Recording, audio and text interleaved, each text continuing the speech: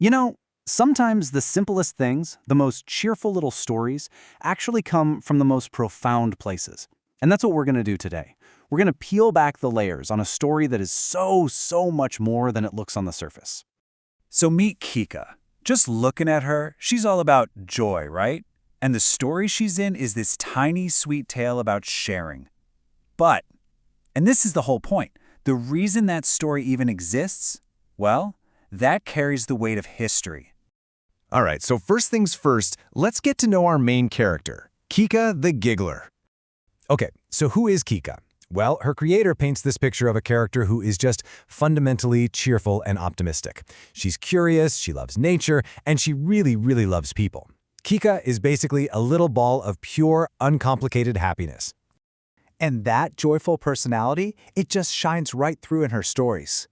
So let me tell you the little tale that's at the very heart of all this. It's a simple one, called Kika the Giggler and the Bird.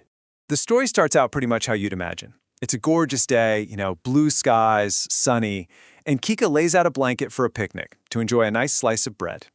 And while she's just sitting there, this little bird shows up. Nothing traumatic, it's not trying to steal anything, it's just looking at her food, kind of tilting its head. It's a really simple, quiet moment. So Kika sees the bird, and she thinks, hey, it would be nice to share. So she just smiles, holds out her hand with a few crumbs, and says to this little bird, come, be my guest. And that's it. That's the whole story. A sweet little children's story, right? Just a simple lesson in being kind. But this is where everything turns. Because the most important part isn't what the story says. It's why the author felt she had to write it, and why she wrote it on one very specific day. So let's get into the story behind the story. This is where that simple little tale about sharing some bread becomes something so much more powerful. Get this. The author, Sigal Megan, she wrote this story on Holocaust Remembrance Day. I mean, a day of just profound sadness and heavy reflection. A day when, as she put it, her own heart was heavy. You see, for Sigal Megan, this day is incredibly personal. She's a second-generation survivor. Her father lived through the Holocaust, and that experience it's woven into the very fabric of her family and really her entire life's work. So on this incredibly heavy day, what was on her mind? Her father. And specifically, she was thinking about how her father was often hungry during the Holocaust. And right there, in that moment of painful memory, what did she do? She chose to write a story about giving food away freely. Now here's what's so fascinating. This one little story, this single act, it's actually part of a much bigger mission for her. It's not just about one story, it's about her whole reason for being a writer. See, Sigal believes the Holocaust happened because of a hatred of foreigners, of people who were different. So she took that and she dedicated her life as a children's author to one single powerful goal: to introduce kids to different cultures, to build those bridges of understanding and to open their hearts before prejudice has a chance to close them.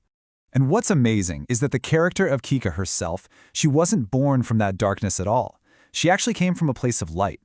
The inspiration for Kika came from 2 years Sigal spent in South Africa. She just fell in love with the culture there, that strong sense of community, the closeness to nature. It's a perfect example, isn't it? Using a beautiful, positive experience to create art that pushes back against a dark history. So when you put all these pieces together, this tiny little story about a girl and a bird, it becomes this profound act of hope. It's a deliberate choice, really, to balance the darkness of the past with the light of right now. And you can see that balance so clearly here. On one side, you have the painful memory of her father's hunger, a symbol of just unimaginable loss. And on the other side, his daughter's creative answer, a character who just shares her food without a second thought. It's this quiet, beautiful act of defiance against a really painful history. And in her own words, that's exactly what she was trying to do.